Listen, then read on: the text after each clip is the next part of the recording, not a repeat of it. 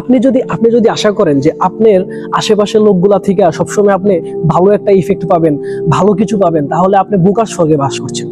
কারণ কি, এই দুনিয়ার সিস্টেমটা এরকম যে আপনার কাছের মানুষগুলো থেকে আপনি দুনিয়ার মধ্যে সবচেয়ে বেশি কষ্ট পাবেন।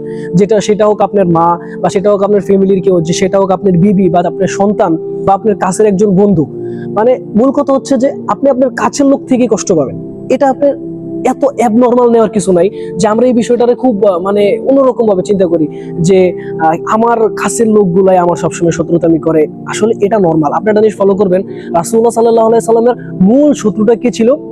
আবু লাহাব। কে ছিল? সে তার চাচা, আপন চাচা। তারপর ইউসুফ আলাইহিস সালামের শত্রু কারা ছিল? তার নিজের ভাইয়েরা।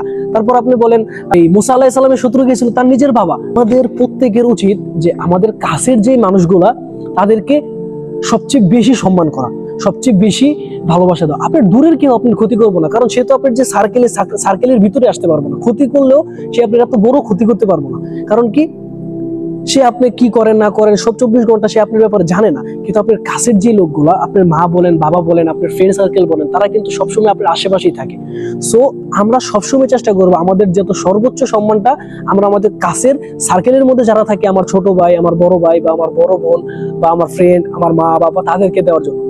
রাসূলুল্লাহ সাল্লাল্লাহু আলাইহি ওয়াসাল্লামের হাদিস থেকে প্রমাণিত যে মানুষের জীবনে ফিতনা মানে হচ্ছে পরীক্ষা। সবচেয়ে বড় পরীক্ষাগুলোর মধ্যে একটা পরীক্ষা হচ্ছে যে আত্মীয় স্বজনের ফিতনা। আত্মীয় স্বজনের ফিতনাটা কিন্তু অনেক বড়। ফর এক্সাম্পল, বর্তমানে আপনি দেখতে পারবেন যে আমাদের বাবা বলেন, চাচা বলেন, মামাদের সাথে, চাচাদের সাথে এত ভালো সম্পর্ক নাই। কেন? সামান্য কিছু একটা জিনিসের কারণে।